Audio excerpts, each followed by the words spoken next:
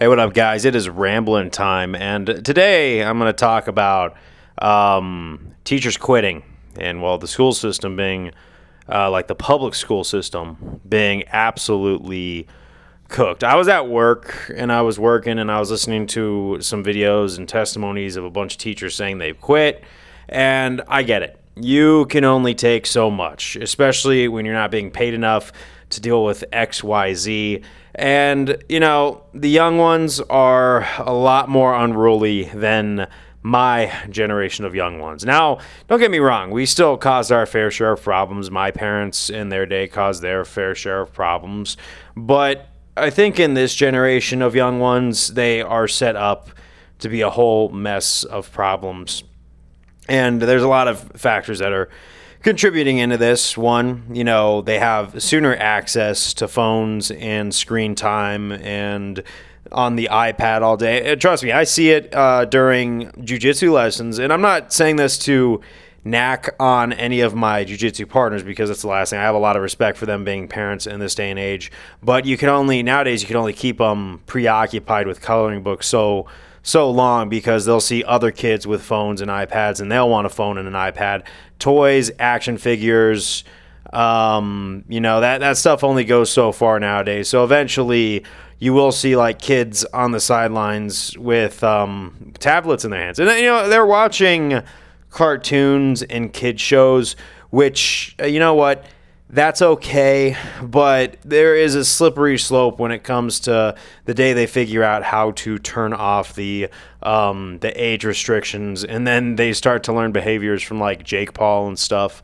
And well, I get it. Asking kids to not absorb behaviors they witness on TV is they're impressionable young minds. It's really wishful thinking to think that they're not going to pick up some slang term that they saw on some after hours program or something like that, and then they're going to repeat that. I've done it before. My parents have probably done it before, but that's like another thing, parenting, because one of these testimonies really rung out to me where this teacher was like, well, these parents are offloading their responsibilities to us.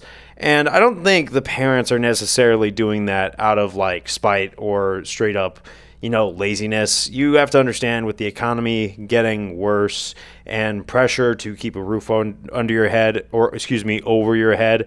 Unless you're living in a multi-level building, then you got a roof over your and under your head. But that's beside the point. Keeping yourself housed takes multiple streams of income, multiple jobs that, if you go the traditional route, which is what the millennial generation was taught, and since they're the ones that are the parents now, they're working day jobs and they probably have to have two streams via day jobs just to keep up with everything and then put food on the table and then at least try to like have some vacation time with their kids. So they don't have a whole lot of time, energy, and they're probably really burnt out. So when it comes time to discipline their kids and give them a healthy real life baseline for how they should be acting, it's a lot easier said than done nowadays. But let's go back a little before that, because I do feel like this was a long time coming. I do feel like we have conditioned our schools to be like this, where kids are very unruly.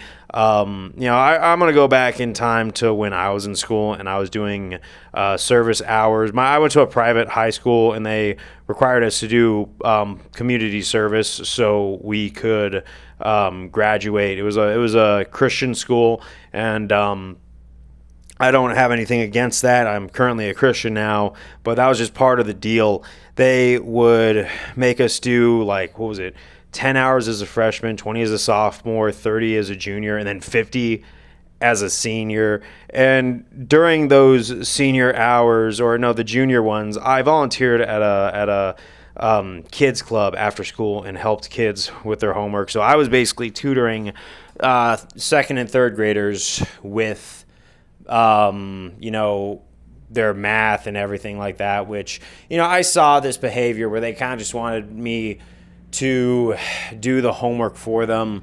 And I would say, no, you have to learn how to do this on your own. I can give you guidance, but at the end of the day, I can't make every decision possible for you. I want you to understand that. And sometimes those kids would do their stuff on the fly, and I was actually salvageable. So that wasn't as big of an issue as it was back in the day, because a lot of those kids I was tutoring did have it figured out. They made my job very easy.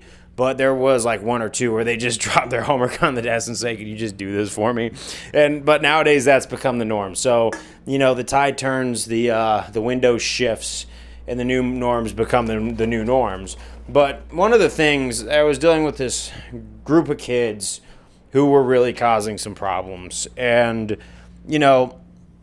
they had some attitude, and I told them, like, guys, I know you don't want to be here. I know that you don't even know who I am, but, you kind of have to do what we say. Just keep yourselves in line, because this isn't cool how you're acting.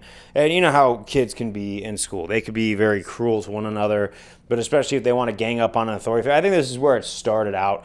One of them ended up, when I said, "Hey, man, dude, just show me a little bit of respect," they took a stool and whacked my knee with it and injured me. And I was able to work out a deal where I got some extra hours because I had some recovery to go through. But to think that wasn't going to lead to a new norm of behavior, where we probably see kids doing harmful stuff to the authority figures, and they're given the lip service statement of, well, they're just kids and kids are going to be kids, because that's basically what they tried telling me. And obviously there was not a whole lot I could do about the situation, but the dismissiveness of that was very mind-blowing. It kind of stuck with me. And what happened was I said, well, in the future this is going to become the new norm, and well, yeah, this is just the beginning, because I know I'm not singled out in this situation. And that was the thing, is a lot of people were like, "Oh, are you just, you feel singled out?" I was like, no, I feel like this is going to become the new norm if this is how authority figures respond to kids breaking people's knees.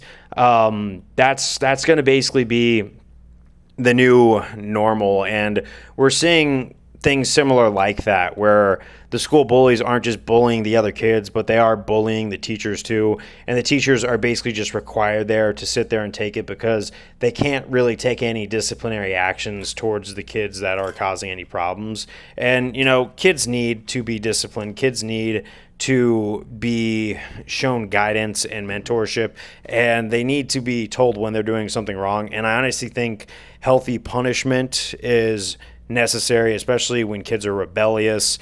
That's part of the parenting gig. That's what my grandfather did to my dad. That's what my dad did to me.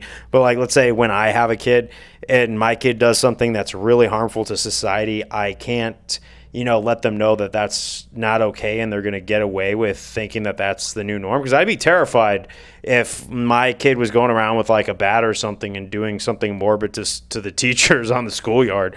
But what's done is done. Now we're facing the modern day, and it's so widespread on TikTok to where all these teachers just don't want to do it anymore, that our education system has basically bred a perfect set of circumstances to where this is becoming the norm. It's like there's no going back now.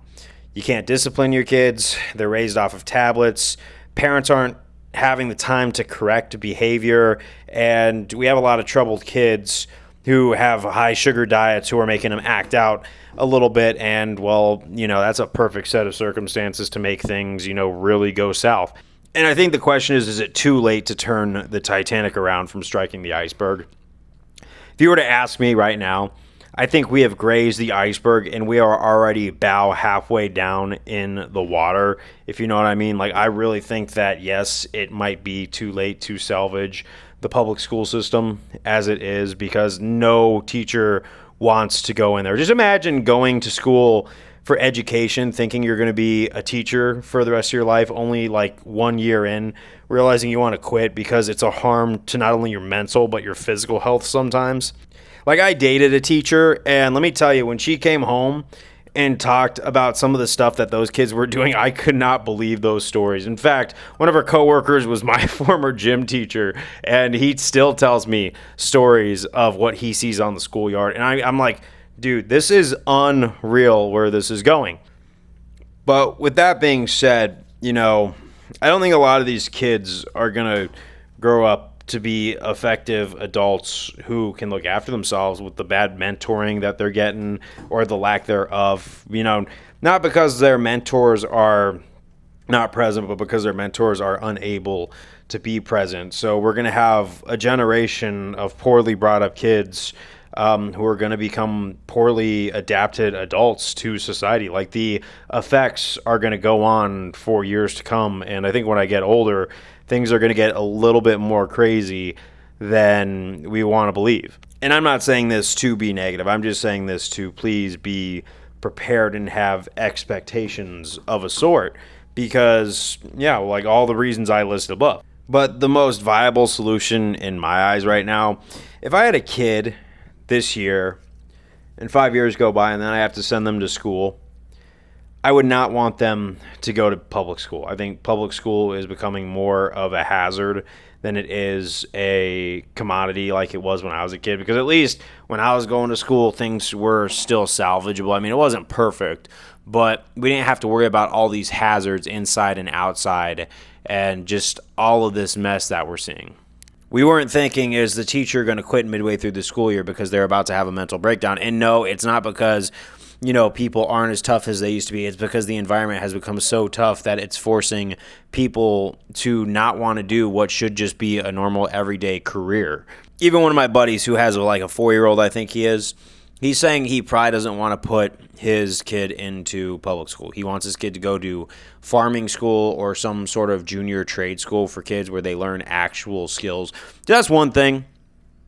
High school, middle school, elementary school, the thing they all had in common, nothing I learned in those classrooms do I use to this day. I have not had to do algebra in years, and even at my job, I do not have to do algebra. And I would always read on the syllabus as, this is where you're going to have to do algebra. My day job was on that list, and I've never had to do any algebra or chemistry or biology or anything like that. So there might be a silver lining in this cloud where the people who are thinking outside the box and say, hey, I want my kids to learn some very valuable skills, that's going to be very valuable. That's going to be a good thing. Because the next generation of kids who are going to be, well-adjusted and have things that can help them go forward in life, those are the ones that learned how to weld at an early age. Those are the ones that learned how to farm at an early age. Because I like that, the fact that there's farmer schools and stuff like that for the youth and everything. I think there's a lot of programs that don't get a whole lot of publicity, and there's a lot of people under the radar that are trying to make a difference and very well could make a difference. And I think that's probably the way of the future is, I know it's not the most glamorizing thing, but learning how to raise cattle sounds like it would be a pretty interesting upbringing, especially nowadays when you see what the norm is. But I think that's just me brainstorming a little bit. But I don't want to always necessarily sell the problem without giving some sort of a solution, because I have heard some really nice tie-ups to, what a lot of people are thinking of doing, and they're actually putting thought and seeing the elephant in the room. So I know I'm not just being a black pillar and I'm not being crazy, but I have seen a lot of parents who are actively saying, okay, how do I make sure that my kid is separate from what we obviously see the perfect storm of circumstances brewing up is.